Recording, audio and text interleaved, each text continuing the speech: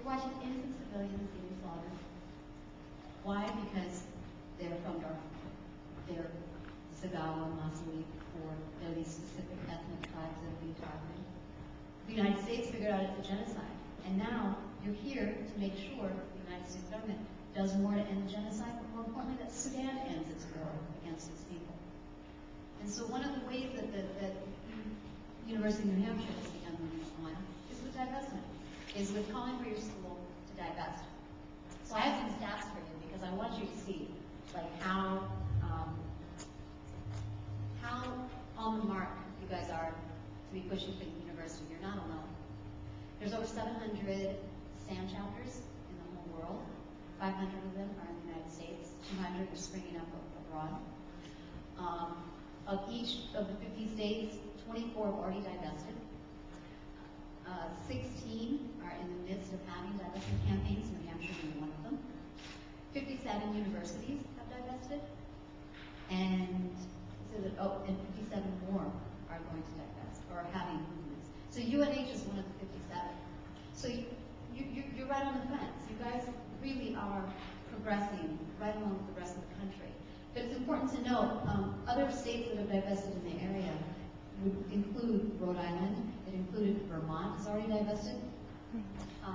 17 cities have chosen to divest. So if you can't get the university, you can aim for divestment from your city, from the town.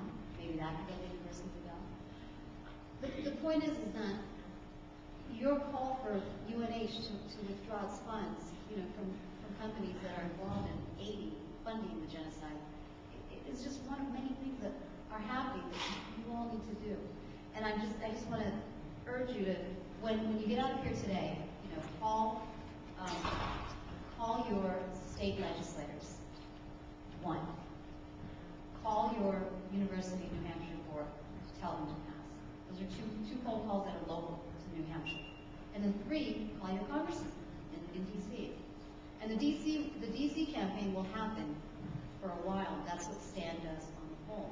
But right now, the most timely thing that you can do, which takes 10, 15 minutes max, is pick up a phone or email and call your reps.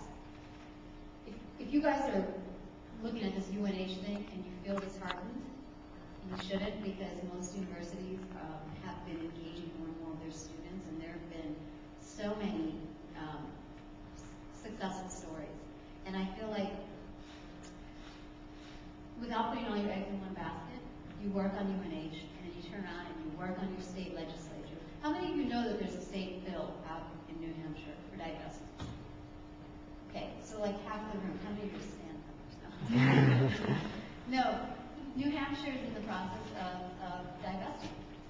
And so it kind of seems funny that if the state's going to divest, then what's holding New Hampshire back? That's the kind of conversation that needs to happen, and that STAND has been having as an organization. But even as the students who are here that attended the rally, it helps bring this up to them. And the bill is actually, it's Bill 1516. Now here's what's fascinating about the bill, about your bill, and this is only for New Hampshire. The legislators that drafted it, they're your age. They're 20, 21, and 22. The representatives that introduced this bill in the state legislature are just as young as you guys. And I'm kind of in the neighborhood, but I'm not. So the thing is these reps are here for you more than anyone else. They're going to connect with your passion for this issue because, one, they drafted it, but 2, they're just like us. So I think what New Hampshire can do, what the university can do by divesting, sends a very strong message to the government of Sudan. Something that we heard the professor bring up is that Sudan responds to pressure. And for those of you who say, well, divestment, what does it mean? You just pull out some money. No, it's withdrawing funds from businesses that engage in certain industries that go to the genocide. So it's like companies whose investment in Sudan goes to the military, goes to the power or energy industry, or goes to the oil industry, right? Those kind of companies will be affected. And that's why the genocide, the divestment movement is so important. It's because it's targeting and it's sending a message. We don't want our dollars to go to the genocide. We don't want American dollars to be unfair campaign against innocent civilians. That's the point of this movement. And so don't get lost in the weeds with quote unquote what is an asset manager. I was reading that sign and I just totally freaked out.